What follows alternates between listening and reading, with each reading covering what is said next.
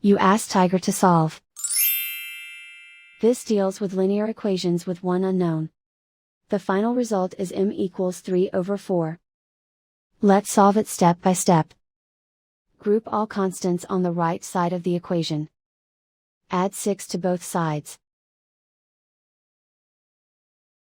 Simplify the arithmetic.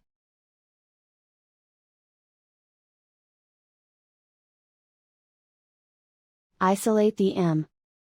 Divide both sides by 8. Simplify the fraction. Find the greatest common factor of the numerator and denominator. Factor out and cancel the greatest common factor.